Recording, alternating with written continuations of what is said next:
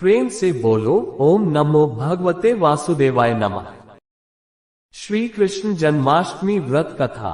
जन्माष्टमी के पावन अवसर पर इस संपूर्ण कथा का जो भी भक्त सच्चे मन से पाठ करते हैं या सुनते हैं तो उनके जीवन से समस्त दुख दूर हो जाते हैं और उनकी सभी मनोकामनाएं पूर्ण हो जाती हैं और उन पर भगवान श्री कृष्ण की कृपा सदैव बनी रहती है। इसलिए आप भी वीडियो को बिना स्किप किए इस संपूर्ण कथा को बहुत ही ध्यान से सुने। इंद्र ने कहा, हे ब्रह्मपुत्र, हे मुनियों में श्रेष्ठ, सभी शास्त्रों के ज्ञाता, हे देव, व्रतों में उत्तम उस व्रत को बताएं जिस व्रत से मनुष्यों को मुक्ति लाभ प्राप्त हो, तथा हे ब्राह्मण, उस व्रत से प्राणियों को भोग व मोक्ष भी प्राप्त हो जाए। इंद्र की बातों को सुनकर नारद जी ने कहा, त्रेता युग के अंत में और द्वापर युग के प्रारंभ समय में निंदित कर्म को करने वाला कंस नाम का एक अत्यंत पापी दैत्य हुआ। उस दुष्ट व नीच कर्मी दुराचारी कंस की देवकी नाम की एक सुंदर बहन थी। देवकी के गर्भ से उत्पन्न 8वां पुत्र कंस का वध करेगा। नारद जी की बातें सुनकर इंद्र ने कहा, हे महामते, उस दुराचारी कंस की कथा का विस्तार पूर्वक वर्णन कीजिए। क्या ये संभव है कि देवकी के गर्भ से उत्पन्न 8वां पुत्र अपने मामा कंस की हत्या करेगा? इंद्र की संदेह भरी बातों को सुनकर नारद जी ने कहा, हे अदिति पुत्र इंद्र, एक समय की बात है। उस दुष्ट कंस ने एक ज्योतिषी से पूछा कि ब्राह्मणों में श्रेष्ठ ज्योतिर्विदा मेरी मृत्यु किस प्रकार और किसके द्वारा होगी?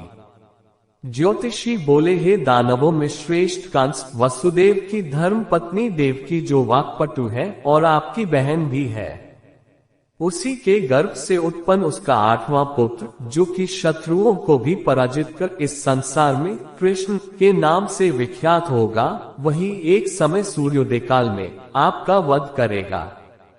ज्योतिषी की बातें सुनकर कंस ने कहा, है दैवज, बुद्धिमानों में अग्रण्य, अब आप ये बताएं कि देवकी का 8वां पुत्र किस मास में किस दिन मेरा वध करेगा?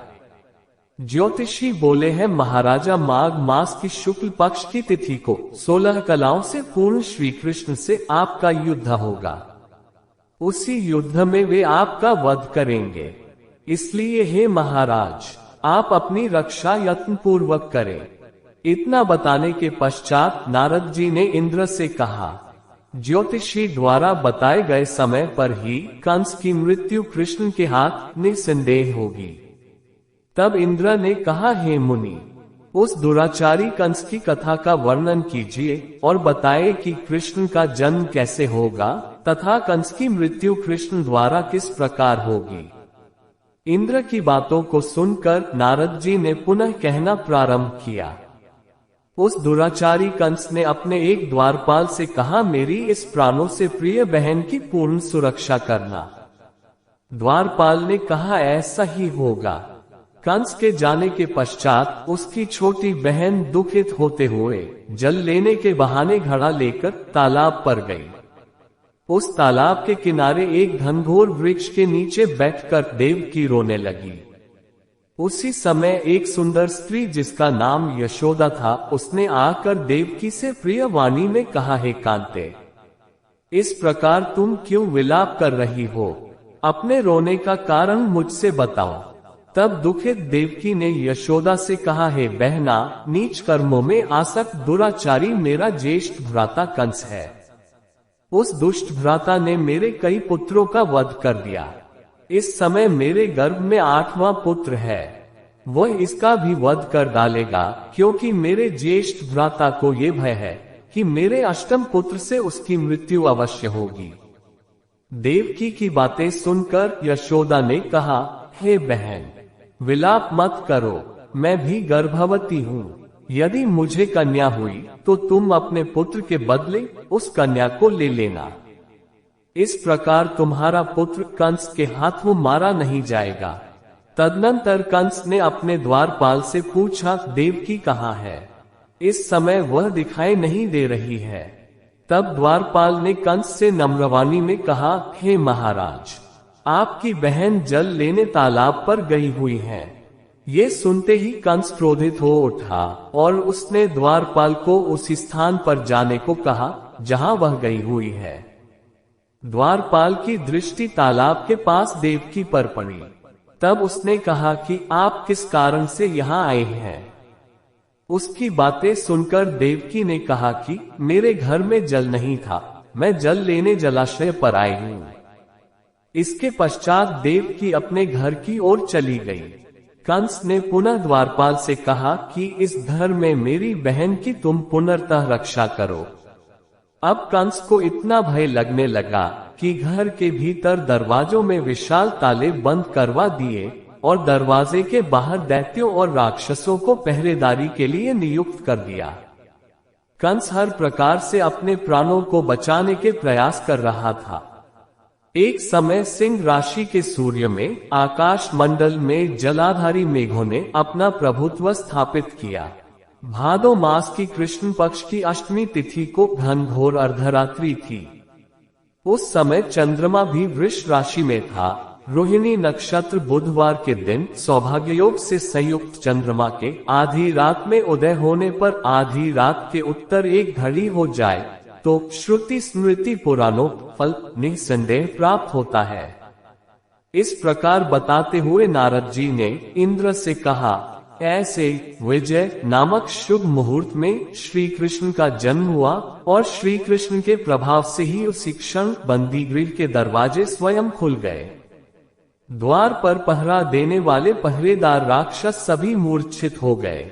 देवकी ने उसी क्षण अपने पति वसुदेव से कहा, हे स्वामी, आप निद्रा का त्याग करें और मेरे इस पुत्र को गोकुल में ले जाएं। वहां इस पुत्र को नंद गोप की धर्मपत्नी यशोदा को दे दें। उस समय यमुना जी पूर्ण रूप से बाढ़ग्रस्त थीं, किंतु जब वसुदेव जी बालक कृष्ण को सूप में लेकर यमुना जी को पार करने के लिए उतरे, उसी क्षण बालक के चरणों स्पर्श होते ही यमुना जी अपने पूर्व स्थिर रूप में आ गईं। किसी प्रकार वसुदेव जी गोकुल पहुँचे और नंद के घर में प्रवेश कर उन्होंने अपना पुत्र तत्काल उन्हें दे दिया और उसके बदले में उनकी कन्या ले ली। वे तत्काल वहां से वापस आकर कंस के बंदी गृह में पहुंच गए। प्रातःकाल जब सभी राक्षस पहरेदार निद्रा से जागे तो कंस ने द्वारपाल से पूछा कि अब देवकी के गर्भ से क्या हुआ। इस बात का पता लगाकर मुझे बताओ। द्वारपालों ने महाराज की आज्ञा को मानते हुए कारागार में जाकर देखा तो वहां देवकी की गोद में एक कन्या थी, जिसे देखकर द्वारपालों ने कंस को सूचित किया, किंतु कंस को तो उस कन्या से भय होने लगा। अतः वह स्वयं कारागार में गया और उसने देवकी की गोद से कन्या को झपट लिया और उसे एक पत्थर की चट्टान पर पटक दिया, किंतु वह कन्या विष्णु की माया से आकाश की ओर चली गई और अंतरिक्ष में जाकर विद्युत के रूप में परिणत हो गई। उसने आकाशवाणी कर कंस से कहा कि हे दुष्ट, तुझे मारने वाला गोकुल में नंद के घर में उत्पन्न हो चुका है और उसी से तेरी मृत्यु सुनिश्चित है। मेरा नाम तो वैष्णवी है, मैं संसार के कर्ता भगवान विष्णु की माया से उत्पन्न हुई हूँ। इतना कहकर वह स्वर्ग की ओर चली गई। उस आकाशवाणी को सुनकर कंस क्रोधित हो उठा। उसने नंद के घर में पूतना राक्षसी को कृष्ण का वध करने के लिए भेजा, किंतु जब वह राक्षसी कृष्ण को स्तनपान कराने लगी तो कृष्ण ने उसके स्तन से उसके प्राणों को खींच लिया और वह राक्षसी कृष्ण कृष्ण कहते हुए मृत्यु को प्राप्त हुई। जब कंस को पूतना की मृत्यु का समाचार प्राप्त हुआ तो उसने कृष्ण का वध करने के लिए क्रमशः केशी नामक दैत्य को अश्व के रूप में, उसके पश्चात अरिष्ट नामक दैत्य को बैल के रूप में भेजा, किंतु ये दोनों भी कृष्ण के हाथों मृत्यु को प्राप्त हुए। इसके पश्चात कंस ने काल्याख्य नामक दैत्य को कौवे के रूप में भेजा, किंतु वह भी कृष्ण के हाथों मारा गया। अपने बलवान राक्षसों की मृत्यु के आघात से कंस अत्यधिक भयभीत हो गया। उसने द्वारपालों को आज्ञा दी कि नंद को तत्काल मेरे समक्ष उपस्थित करो। द्वारपाल नंद को लेकर जब उपस्थित हुए तब कंस ने नंद से कहा कि यदि तुम्हें अपने प्राणों को बचाना है तो पारिजात के पुष्प ले आओ। यदि तुम नहीं ला पाए तो तुम्हारा वध निश्चित है। कंस की बातों को सुनकर नंद ने ऐसा ही होगा कहा और अपने घर की ओर चले गए। घर आकर उन्होंने संपूर्ण वृतांत अपनी पत्नी यशोदा को सुनाया, जिसे श्री कृष्ण भी सुन रहे थे। एक दिन श्री कृष्ण अपने मित्रों के साथ यमुना नदी के किनारे गेंद खेल रहे थे और अचानक स्वयं ने ही गेंद को यमुना में फेंक दिया। यमुना में गेंद फेंकने का मुख्य उद्देश्य यही था कि वे किसी प्रकार पारिजात पुष्पों को ले आए। अतः वे कदम के वृक्ष पर चढ़कर यमुना में कूद पड़े। कृष्ण के यमुना में कूदने का समाचार श्रीधर नामक गोपाल ने यशोदा को सुनाया। ये सुनकर यशोदा भागती हुई यमुना नदी के किनारे आ पहुंची और उसने यमुना नदी की प्रार्थना करते हुए कहा, हे यमुना, यदि मैं बालक को देखूंगी तो भाद्रपद मास की रोहिणी युक्त अष्टमी का व्रत अवश्य करूंगी, क्योंकि दया, दान, सज्जन प्राणी, ब्राह्मण कुल में जन्म, रोहिणी युक्त अष्टमी, गंगाजल एकादशी, गया श्राद्ध और रोहिणी व्रत ये सभी दुर्लभ हैं। हजारों अश्वमेध यज्ञ, सहस्रों राजसूय यज्ञ, दान, तीर्थ और व्रत करने से जो फल प्राप्त होता है वो सब कृष्णाष्टमी के व्रत को करने से प्राप्त हो जाता है। ये बात नारद ऋषि ने इंद्र से कही। इंद्र ने कहा, हे मुनियों में श्रेष्ठ नारद, यमुना नदी में कूदने के बाद उस बालरूपी कृष्ण ने पाताल में जाकर क्या किया, ये संपूर्ण वृतांत भी बताए। नारद ने कहा, हे इंद्र, पाताल में उस बालक से नागराज की पत्नी ने कहा कि तुम यहाँ क्या कर रहे हो, कहाँ से आए हो और यहाँ आने का क्या प्रयोजन है। नाग पत्नी बोली, हे कृष्ण, क्या तूने द्यूत क्रीड़ा की है जिसमें अपना समस्त धन हार गया है? यदि यह बात ठीक है तो कंकड़, मुकुट और मणियों का हार लेकर अपने घर में चले जाओ, क्योंकि इस समय मेरे स्वामी शयन कर रहे हैं। यदि वे उठ गए तो वे तुम्हारा भक्षण कर जाएंगे। नागपत्नी की बातें सुनकर कृष्ण ने कहा, हे कांते, मैं किस प्रयोजन से यहाँ आया हूँ वह वृतांत मैं तुम्हें बताता हूँ। समझ लो, मैं कालिया नाग के मस्तक को कंस के साथ द्यूत में हार चुका हूँ और वही लेने में यहाँ आया हूँ। बालक कृष्ण की इस बात को सुनकर नागपत्नी अत्यंत क्रोधित हो उठी और अपने सोए हुए पति को उठाते हुए उसने कहा, हे स्वामी, आपके घर यह शत्रु आया है, अतः आप इसका हनन कीजिए। अपनी स्वामिनी की बातों को सुनकर कालिया नाग निद्रावस्था से जाग पड़ा और बालक कृष्ण से युद्ध करने लगा। इस युद्ध में कृष्ण को मूर्छा आ गई। उसी मूर्छा को दूर करने के लिए उन्होंने गरुड़ का स्मरण किया। स्मरण होते ही गरुड़ वहां आ गए। श्री कृष्ण अब गरुड़ पर चढ़कर कालिया नाग से युद्ध करने लगे और उन्होंने कालिया नाग को युद्ध में पराजित कर दिया।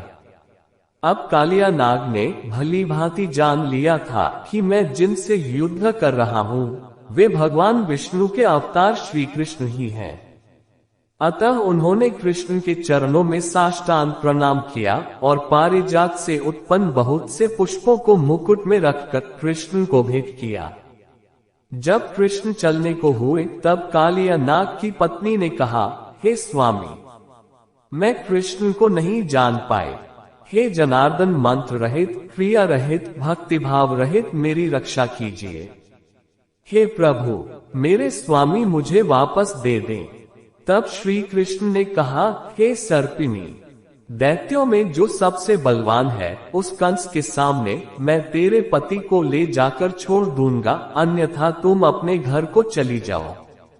अब श्री कृष्ण कालिया नाग के फन पर नृत्य करते हुए यमुना के ऊपर आ गए। तदनंतर कालिया की फुंकार से तीनों लोग कंपायमान हो गए। अब कृष्ण कंस की मथुरा नगरी को चल दिए। वहां कमल पुष्पों को देखकर यमुना के मध्य जलाशय में वह कालिया सर्प भी चला गया। इधर कंस भी विस्मित हो गया तथा कृष्ण प्रसन्नचित होकर गोकुल लौट आए। उनके गोकुल आने पर उनकी माता यशोदा ने विभिन्न प्रकार के उत्सव किए। अब इंद्र ने नारद जी से पूछा, हे महामुने, संसार के प्राणी बालक श्री कृष्ण के आने पर अत्यधिक आनंदित हुए। आखिर श्री कृष्ण ने क्या क्या चरित्र किया, वह सभी आप मुझे बताने की कृपा करें। नारद ने इंद्र से कहा, मन को हरने वाला मथुरा नगर यमुना नदी के दक्षिण भाग में स्थित है। वहां कंस का महाबलशाली भाई चाणूर रहता था। उस चाणूर से श्री कृष्ण के मल्लयुद्ध की घोषणा की गई। हे इंद्र, कृष्ण एवं चाणूर का मल्लयुद्ध अत्यंत आश्चर्यजनक था। चाणूर की अपेक्षा कृष्ण बाल रूप में थे। भेरी, शंख और मृदंग के शब्दों के साथ कंस और केशी इस युद्ध को मथुरा की जनसभा के मध्य में देख रहे थे। रंगशाला के अखाड़े में चाणूर, मुष्टिक, शल, तोशल आदि बड़े बड़े भयंकर पहलवान दंगल के लिए प्रस्तुत थे। महाराज कंस अपने बड़े बड़े नागरिकों तथा मित्रों के साथ उच्च मंच पर विराजमान था। रंगशाला में प्रवेश करते ही श्री कृष्ण ने अनायास ही धनुष को अपने बाएं हाथ से उठा लिया। पलक झपकते ही सबके सामने उसकी डोरी चढ़ा दी तथा डोरी को ऐसे खींचा कि वह धनुष भयंकर शब्द करते हुए टूट गया। धनुष की रक्षा करने वाले सारे सैनिकों को दोनों भाइयों ने ही मार गिराया। कुवलयापीड़ का वध कर श्री कृष्ण ने उसके दोनों दांतों को उखाड़ लिया और उससे महावत एवं अनेक दुष्टों का संहार किया। कुछ सैनिक भाग खड़े हुए और महाराज कंस को सारी सूचनाएं दी तो कंस ने क्रोध से दांत पीसते हुए चाणूर मुष्टिक को शीघ्र ही दोनों बालकों का वध करने के लिए इंगित किया। इतने में श्री कृष्ण एवं बलदेव अपने अंगों पर खून के कुछ छींटे धारण किए हुए हाथी के विशाल दांतों को अपने कंधे पर धारण कर सिंहशावक की भांति मुस्कुराते हुए अखाड़े के समीप पहुंचे। चाणूर और मुष्टिक ने उन दोनों भाइयों को मल्लयुद्ध के लिए ललकारा। नीति विचारक श्री कृष्ण ने अपने समान आयु वाले मल्लों से लड़ने की बात कही, किंतु चाणूर ने श्री कृष्ण को और मुष्टिक ने बलराम जी को बड़े दर्प से महाराज कंस का मनोरंजन करने के लिए ललकारा। श्री कृष्ण बलराम तो ऐसा चाहते ही थे। इस प्रकार मल्लयुद्ध आरंभ हो गया। वहां पर बैठी हुई पुरुष स्त्रियां उस अनीतिपूर्ण मल्लयुद्ध को देखकर वहां से उठकर चलने को उद्यत हो गई। श्री कृष्ण की रूप माधुरी का दर्शन कर कहने लगी, अहो, सच पूछो तो ब्रजभूमि ही परम पवित्र और धन्य है। परम पुरुषोत्तम मनुष्य के वेश में छिपकर रहते हैं। देवादिदेव महादेव शंकर और लक्ष्मी जी जिनके चरण कमलों की पूजा करती हैं, वही प्रभु वहां रंग बिरंगे पुष्पों की माला धारण कर गौओं के पीछे पीछे सखाओं और बलराम जी के साथ बांसुरी बजाते और नाना प्रकार की क्रीड़ाएं करते हुए आनंद से विचरण करते हैं। श्री कृष्ण की इस रूप मधुरिमा का आस्वादन केवल ब्रजवासियों एवं विशेषकर गोपियों के लिए ही सुलभ है। वहां के मयूर, शुक, सारी, गौएं, बछड़े तथा नदियां सभी धन्य हैं। वे स्वच्छंद रूप से श्री कृष्ण की विविध प्रकार की माधुर्यों का पान करके निहाल हो जाते हैं। अभी वे ऐसी चर्चा कर ही रही थीं कि श्री कृष्ण ने चाणूर और बलराम जी ने मुष्टिक को पछाड़कर उनका वध कर दिया। तदनंतर कूट, शल, तोशल आदि भी मारे गए।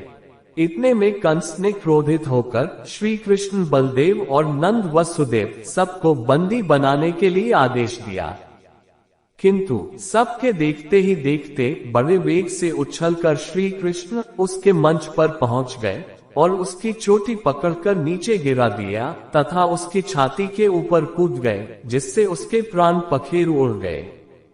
इस प्रकार सहज ही कंस मारा गया। श्री कृष्ण ने रंगशाला में अनुचरों के साथ कंस का उद्धार किया। कंस के पूजित शंकर जी इस रंग को देखकर कृतकृत्य हो गए, इसलिए उनका नाम श्रीरंगेश्वर हुआ। ये स्थान आज भी श्री कृष्ण की इस रंगमयी लीला की पताका फहरा रहा है। श्रीमद् भागवत के अनुसार तथा श्री विश्वनाथ चक्रवर्ती पाद के विचार से कंस का वध शिवरात्रि के दिन हुआ था, क्योंकि कंस ने अक्रूर को एकादशी की रात अपने घर बुलाया तथा उससे मंत्रणा की थी।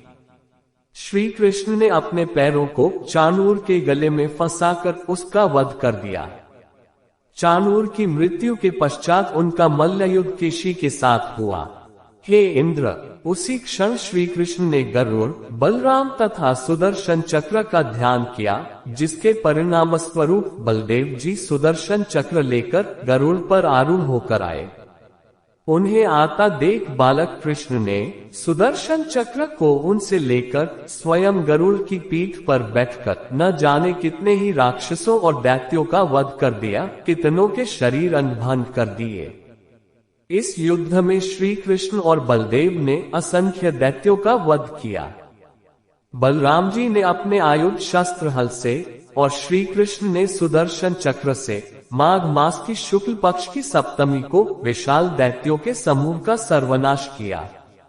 जब अंत में केवल दुराचारी कंस ही बच गया तो कृष्ण ने कहा, हे दुष्ट, अधर्मी, दुराचारी, अब मैं इस महायुद्ध स्थल पर तुझसे युद्ध कर तथा तेरा वध करके इस संसार को तुझसे मुक्त कराऊंगा।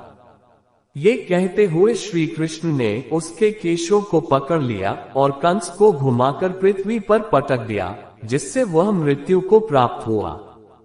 कंस के मरने पर देवताओं ने शंख घोष व पुष्पवृष्टि की। वहां उपस्थित समुदाय श्री कृष्ण की जय जयकार कर रहा था। कंस की मृत्यु पर नंद, देवकी, वसुदेव, यशोदा और इस संसार के सभी प्राणियों ने हर्ष पर्व मनाया।